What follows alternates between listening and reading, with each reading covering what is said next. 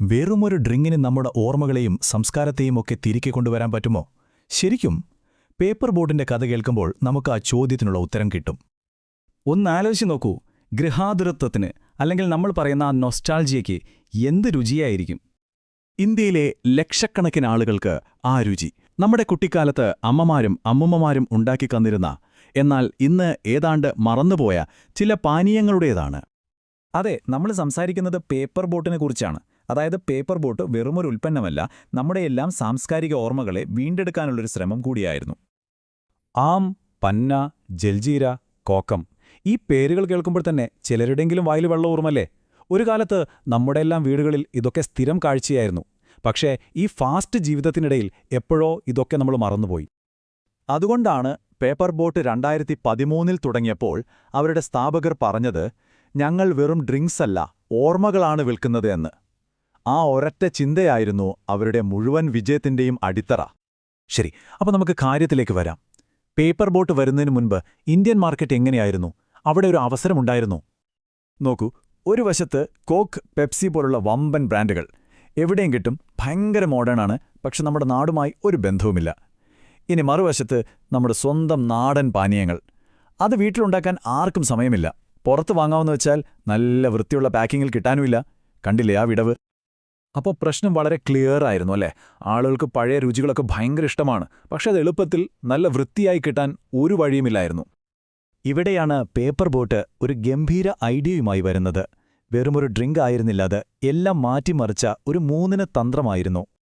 അവരുടെ പ്ലാൻ 3ആയിട്ട് തിരിക്കാം. ഒന്നാമത്തത് പ്രോഡക്റ്റ്. നമ്മുടെ പഴയ നാടൻ പാനീയങ്ങളുണ്ടല്ലോ, അത് അതേ രുചിയിൽ റെഡി ടു ഡ്രിങ്ക് ആയിട്ട് കൊടുത്തു. രണ്ടാമത്തത് പാക്കേജിംഗ്. കടയിൽ കണ്ടാൽ തിരിച്ചറിയുന്ന, ആരും ശ്രദ്ധിക്കുന്ന തരം പൗച്ചുകൾ. പിന്നെ മൂന്നാമത്തതും ഏറ്റവും പ്രധാനപ്പെട്ടതും ബ്രാൻഡിംഗ്. ഓർമ്മകളെയും പഴയ കഥകളെയും കൂട്ടുപിടിച്ച് ആളുകളുമായി ഒരു ഇമോഷണൽ കണക്ഷൻ ഉണ്ടാക്കിയെടുത്തു. ഇതിലെ ഏറ്റവും വലിയ ബുദ്ധി എന്താണെന്നറിയാമോ? അവർ കോക്കിനോടോ പെപ്സിയോടോ മത്സരിക്കാനേ പോയില്ല. പകരം അവർക്കായി സ്വന്തമായൊരു കാറ്റഗറി, ഒരു പുതിയ മാർക്കറ്റ് തന്നെ ഉണ്ടാക്കിയെടുത്തു. അപ്പോൾ എങ്ങനെയാണ് അവർ ആളുകളുടെ മനസ്സിൽ ഇത്ര പെട്ടെന്ന് കയറിപ്പറ്റിയത്? ഉത്തരം സിമ്പിളാണ്. പരസ്യങ്ങൾക്കപ്പുറം അവർ കഥകൾ പറഞ്ഞു. അവരുടെ പരസ്യങ്ങൾ കണ്ടിട്ടില്ലേ? ഡ്രീംസ് ആൻഡ് മെമ്മറീസ്, എന്റെ കുട്ടിക്കാലം, എന്റെ പേപ്പർ ബോട്ട് എന്നൊക്കെ പറഞ്ഞ്. അത് ശരിക്കും നമ്മളെ കുട്ടിക്കാലത്തേക്ക് കൊണ്ടുപോകും. മഴയത്തോടി കളിച്ചതും വേനലവധിക്ക് മാങ്ങ പറിച്ചു തിന്നതും കൂട്ടുകാരുമായി ഒരുമിച്ച് കളിച്ചതുമൊക്കെ ഓർമ്മിപ്പിക്കുന്ന പരസ്യങ്ങൾ.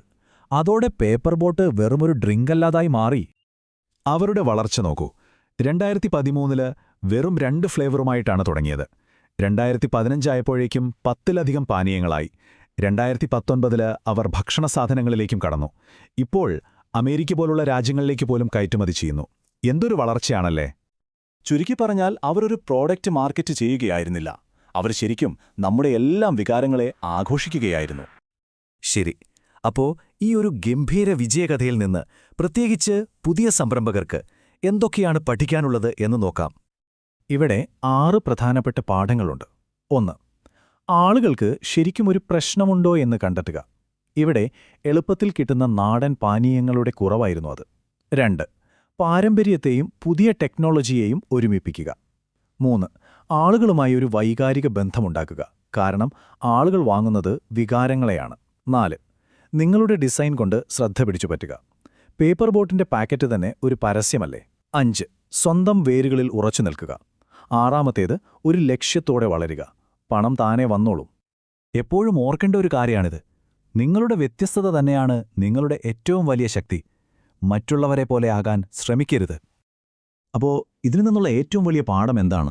ഇന്നൊവേഷൻ എന്ന് പറഞ്ഞാൽ എപ്പോഴും ടെക്നോളജി മാത്രമല്ല. അത് നമ്മുടെ സംസ്കാരത്തിൽ നിന്നും, ഓർമ്മകളിൽ നിന്നും, എന്തിന് നമ്മുടെ വികാരങ്ങളിൽ നിന്ന് പോലും വരാം. അവസാനമായി ഈ ഒരു കാര്യം കൂടി, നിങ്ങളെപ്പോഴും പുതിയ എന്തെങ്കിലും കണ്ടുപിടിക്കേണ്ട ആവശ്യമില്ല. ചിലപ്പോൾ പഴയ, എല്ലാവരും മറന്നു തുടങ്ങിയ ഒന്നിനെ മനോഹരമായിട്ട് ഒന്നുകൂടി അവതരിപ്പിച്ചാൽ മതി. പേപ്പർ ബോട്ട് ചെയ്തതും അതുതന്നെയാണ്.